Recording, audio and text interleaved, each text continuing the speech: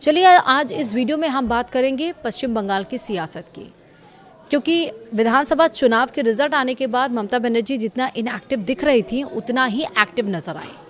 कोलकाता में धरना स्थल पर पहुंची ममता बनर्जी, टीएमसी के हजारों कार्यकर्ता उमड़े।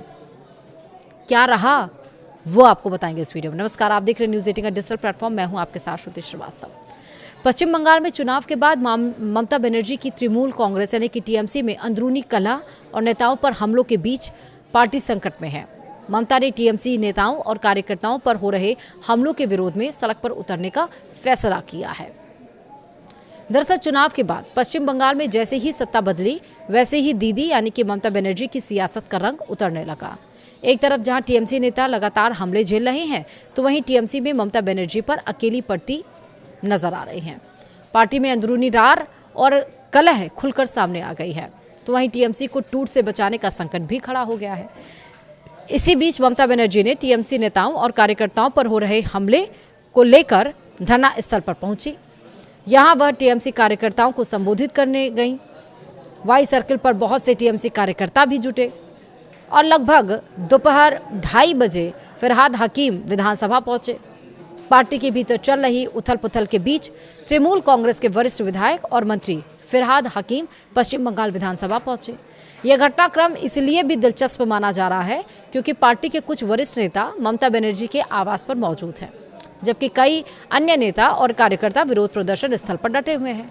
ऐसे समय में फिरहाद हकीम का विधानसभा पहुंचना राजनीतिक हलकों में चर्चा का विषय बन गया है। विरोध में सड़क पर उतरने का फैसला किया गया। वह राज्य सरकार के खिलाफ धरना प्रदर्शन करने जा रहे। वहीं ममता बनर्जी ने पार्टी के कुछ वरिष्ठ नेताओं की मौजूदगी में बंद कमरे में अहम बैठक की। इस बैठक में तृणमूल कांग्रेस के वरिष्ठ नेता कुणाल घोष, डोला सेन, मदन मित्रा, प्रतिमा मंडल, सुभाषिष चक्रवर्ती और कल्याण बनर्जी शामिल रहे। पार्टी के भीतर जारी राजनीतिक हलचल के बीच हुई इस बैठक को काफी महत्वपूर्ण माना जा रहा है। हालांकि बैठक में किन मुद्दों पर चर्चा हुई इसकी आधिकारिक जानकारी अभी सामने नहीं आई है। ममता ने शुभेंदु सरकार पर गंभीर आरोप लगाते हुए कहा कि चुनाव के बाद 2500 यानी कि 2500 टीएमसी पार्टी कार्यालय तोड़ दिए गए, 10,000 कार्यकर्ताओं को गिरफ्तार किया गया। पुलिस टीएमसी विधायकों को घर से बाहर न निकलने की धमकी दे रही है।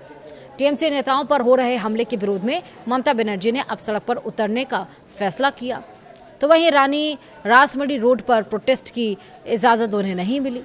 ममता बनर्जी ने मंगलवार को दोपहर 1 बजे रानी रासमणी रोड पर धरना देने के लिए पुलिस को आवेदन दिया था, लेकिन प्रशासन ने इजाज़त नहीं दी। इसके बाद भी ममता बनर्जी धरना देने की जिद पर अड़ी। ममता बनर्जी ने कोलकाता से दिल्ली तक धरने देने का ऐलान कर दिया। कोलकाता में धरना करने की तैयारी में लेकिन इजाज़त नहीं मिली तो ममता दिल्ली में प्रदर्शन करेंगी और इस तरह ममता अब सड़क आंदोलन के जरिए अपनी आवाज़ बुलंद करने की रणनीति पर काम कर रही हैं। उधर भारतीय जनता पार्टी यानी कि बीजेपी के वरिष्ठ नेता दिलीप घोष ने तृणमूल कांग्रेस यानी कि टीएमसी और ममता बनर्जी पर तीखा हमला बोला।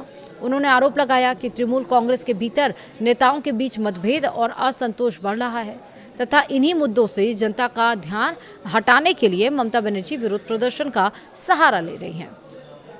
वहीं बंगाल की जनता और अब टीएमसी के खिलाफ नजर आ रहे हैं दिलीप घोष ने कहा है कि पश्चिम बंगाल की जनता अब टीएमसी के खिलाफ है और लोगों को विरोध प्रदर्शन करने से नहीं रोका जा सकता है। उन्होंने तंज कसते हुए कहा, यदि ममता बनर्जी को प्रदर्शन करना है तो वह दिल्ली, अंटार्कटिका या रेगिस्तान कहीं भी जा सकती हैं। उन्होंने राज्य में कानून व्यवस्था की स्थिति पर भी सवाल उठाते हुए कहा, तृणमूल कांग्रेस ने पश्चिम बंगाल में पुलिस राज और जंगल राज स्थापित किया है। घोष ने दावा किया कि विधानसभा में नेता प्रतिपक्ष रहे शुभेंदु अधिकारी को विभिन्न मुद्दों पर न्याय पाने के लिए 104 बार हाईकोर्ट का दरवाजा खटखटाना पड़ा। उन्होंने ये भी कहा कि केंद्रीय गृह मंत्री की जनसभा के लिए भी भाजपा को अदालत से अनुमति लेनी पड़ी थी। टीएमसी में चल रहे कथित आंतरिक विवादों पर टिप्पणी करते हुए घोष ने कहा, यह पार्टी का अंदरूनी मामला है। उन्होंने दिवंगत तृणमूल नेता सुब्रत मुखर्जी के एक पुराने बयान का हवाला देते हुए कहा कि टीएमसी कोई राजनीतिक दल नहीं बल्कि एक ट्रेन की तरह है जिसमें लोग अपने हित के अनुसार आते जाते रहते हैं। उन्होंने ये भी कहा कि भाजपा चुनाव के बाद दल बदल कर आए लोगों की पहचान कर रही है और ज़रूरत पड़ने पर उनके खिलाफ कार्रवाई की जाएगी। दिलीप घोष ने कहा कि अभी टीएमसी के लिए हमारे दरवाजे बंद हैं। एंटी इनकम्बेंसी के खिलाफ हम जनता के बीच गए। चुनाव के नतीजे आने के बाद जितने लोग भगवाधारी हो गए, हम उनको चिन्हित कर रहे हैं, पार्टी से दूर करेंगे। वहीं नाम खाना का वीडियो भी वायरल हुआ। कटमनी वापस करते दिखे हैं टीएमसी के नेता। दरअसल ममता बनर्जी की ओर से सरकार के खिलाफ प्रदर्शन और धरने के ऐलान के बीच एक और बड़ा मामला सामने आया। पश्चिम बंगाल के 24 परगना जिले के नामखाना का एक वीडियो सोशल मीडिया पर वायरल हो रहा। बीजेपी आईटी सेल प्रमुख अमित मालवीय ने इस वीडियो का सोशल साइट एक्स प्लेटफॉर्म पर शेयर कर दिया। उन्होंने लिखा, नामखाना में एक स्थानीय टीएमसी नेता को कथित तौर पर ग्रामीणों को पैसे लौटाते हुए देखा जा सकता। आरोप है कि प्रधानमंत्री आवास योजना के तहत मकान दिलाने के नाम पर 45 लाभार्थियों से 5-5 हजार रुपए वसूले गए थे। विवाद बढ़ने और जांच की आशंका के बाद नेता पर यह रकम वापस करने का दबाव बना। उन्होंने लिखा कि अब जांच का डर इतना साफ दिखाई दे रहा है कि ऐसा लगता है कि जैसे स्थानीय नेता कानून की पकड़ में आने से पहले ही जल्दबाजी में कटमनी यानी कि कमीशन के पैसे जिसको बोलते हैं कटमनी लौटाने में जुट गए। जब गरीबों से ज़बरदस्ती पैसे वसूलने वाले लोग सरेआम पैसे लौटाने लगते हैं तो यह उनके मन का पछतावा नहीं होता, बल्कि यह उनका डर होता है। वहीं आपको बता दें कि पश्चिम बंगाल के बैरकपुर कैंटोनमेंट क्षेत्र में स्थित भारतीय राष्ट्रीय तृणमूल ट्रेड यूनियन कांग्रेस के एक कार्यालय को प्रशासन ने बुलडोजर चलाकर ध्वस्त कर दिया। वहीं इस कार्यालय यानी कि अखिल भारतीय तृणमूल कांग्रेस का श्रमिक संगठन है ये कार्यालय। जानकारी के अनुसार यह कार्यालय बैरकपुर कैंटोनमेंट क्षेत्र में स्थित था, जो भारतीय सेना के अधिकार क्षेत्र में आता है। अधिकारियों का कहना है कि यह निर्माण अवैध रूप से किया गया था और कई वर्षों से संचालित हो रहा था। कार्रवाई के दरमियान बैरकपुर में कैंटोनमेंट बोर्ड के अधिकारियों और स्थानीय पुलिस की मौजूदगी में बुलडोजर से भवन को गिराया गया। कार्यालय के भीतर रखे फर्नीचर और अन्य सामान को पहले बाहर निकाला गया, जबकि बिजली कनेक्शन भी काट दिया गया। किसी भी अप्रिय स्थिति से निपटने के लिए इलाके में भारी संख्या में पुलिसकर्मियों और केंद्रीय बलों की तैनाती की गई।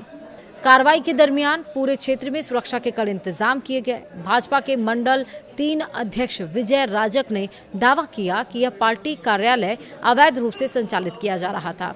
उन्होंने आरोप लगाया कि यह गैर कानूनी गतिविधियां भी चल रही थी। वहीं विजय राजक ने कहा कि प्रशासन और पुलिस ने नियमों के तहत कार्रवाई करते हुए इस कार्यालय को ध्वस्त किया है। हालांकि इस मामले पर तृणमूल कांग्रेस की ओर से तत्काल कोई आधिकारिक प्रतिक्रिया सामने नहीं आई है। प्रदर्शन में पुलिस बाधा डाले तो फिर क्या। वहीं टीएमसी की बता दें आपको कि ममता बनर्जी के विरोध प्रदर्शन के ऐलान के बीच टीएमसी के फेसबुक पर पोस्ट के जरिए कार्यकर्ताओं का मनोबल बढ़ाने की कोशिश की गई। पोस्ट में लिखा है, आज हमारी पार्टी की नेता ममता बनर्जी के आह्वान पर रानी रासमणी रोड पर आयोजित विरोध प्रदर्शन में जो साथी शामिल हो रहे हैं, यदि पुलिस या प्रशासन किसी भी प्रकार की रोक टोक या बाधा उत्पन्न करता है तो कृपया बिल्कुल भी विचलित ना हो। आप सभी तुरंत धर्मतला स्थित वाई चैनल के पास पहुंचकर इकट्ठा हो। आगे की पार्टी रणनीति और निर्देशों के लिए वहीं धैर्यपूर्वक प्रतीक्षा करें। हमारी लड़ाई जारी रहेगी। वहीं आपको बताएं कि हाई कोर्ट पहुंचे अभिषेक बनर्जी। वहीं आपको बताएं कि कोलकाता नगर निगम यानी कि केएमसी की ओर से अभिषेक बनर्जी की विभिन्न संपत्तियों के संबंध में स्पष्टीकरण मांगते हुए जारी किए गए नोटिस को चुनौती देने के लिए अभिषेक बनर्जी के माता पिता और उनकी कंपनी लिप्स एंड बाउंड्स ने कलकत्ता हाईकोर्ट का दरवाजा खटखटाया। याचिका में कहा गया है कि नगर निगम के नोटिस के जवाब में अभिषेक बनर्जी के प्रतिनिधि ने 25 मई को संबंधित दस्तावेज नगर निगम अधिकारियों को सौंपे थे और औपचारिक रूप से जवाब भी दाखिल कर दिया था।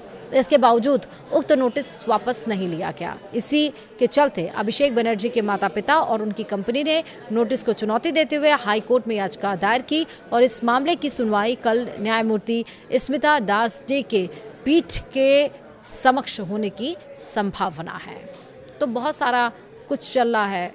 एक तरफ पार्टी टूटने की करार आ रही है, दूसरी तरफ अब टीएमसी को दीदी नहीं दादा मिल गया है, ऐसी सुबुवाहट भी है।